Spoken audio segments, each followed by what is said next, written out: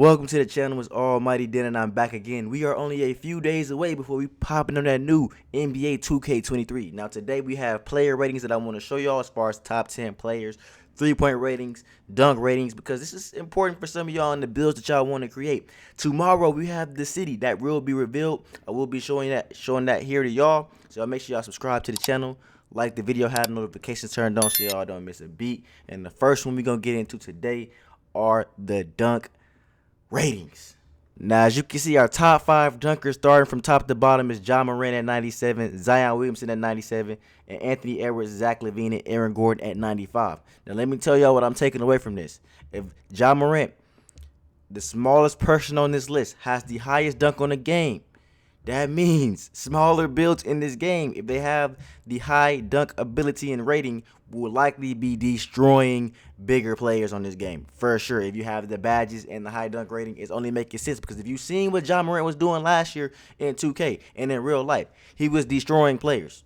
So if you want to create a smaller build and you have a high dunk, it's a good chance that your build will be destroying bigger players. Now, of course, if you got Zion or a bigger build, then you're just going to be bullying smaller players with ease and dunking on everybody anyways. But I think it's cool to know that you can have a smaller build and still catch a lot of bodies like Ja Morant type players out there. So that's very, very dope. Now, the next one I want to show y'all is important for me because I'm a three-point shooter. And that's the three-point shooting ratings. Let's get it. Now, of course, Steph Curry is going to be the greatest three-point shooter in NBA 2K with the 99. I expected that. What I did not expect was such a big drop-off between Steph Curry and the second highest rated three-point shooter, which is Klay Thompson, Desmond Bane, and Kevin Durant, and Luke Kennard, as they all have 88. I'm surprised that there's no other three-point shooter currently that has a 90 or above. This is a very big difference. 99 to 88, 11 attribute points higher is a very huge gap, which makes me think that it is very possible. I know when Mike Wang put that tweet out the other day saying that shooting would be a bit more difficult this year.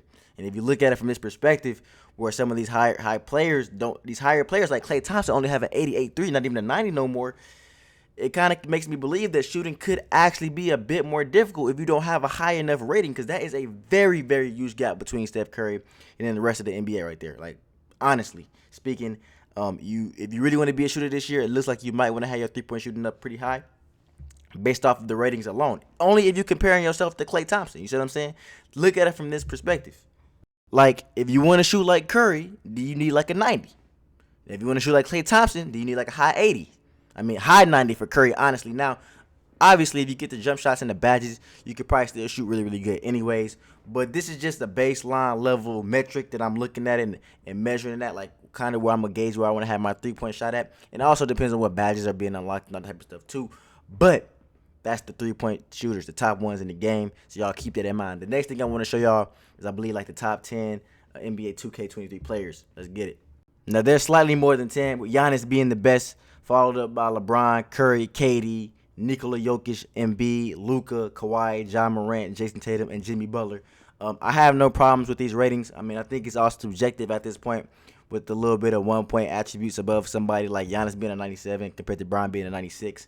Not that big of a difference in my opinion. I know some people might want to have Bron higher. Some people might want to have Curry higher after winning the championship. But I think it's pretty much similar to what it was last year, what it's been the past couple of years. So I don't really have a problem with this.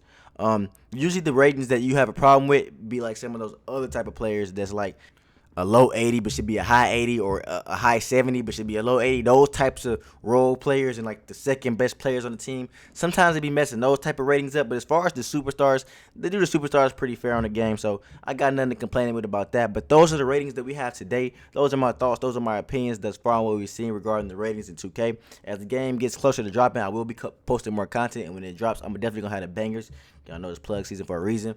But anyways, if you enjoyed the video, make sure you hit that like button, subscribe to the channel if you're new, cut those notifications on. Until next time, Densky out.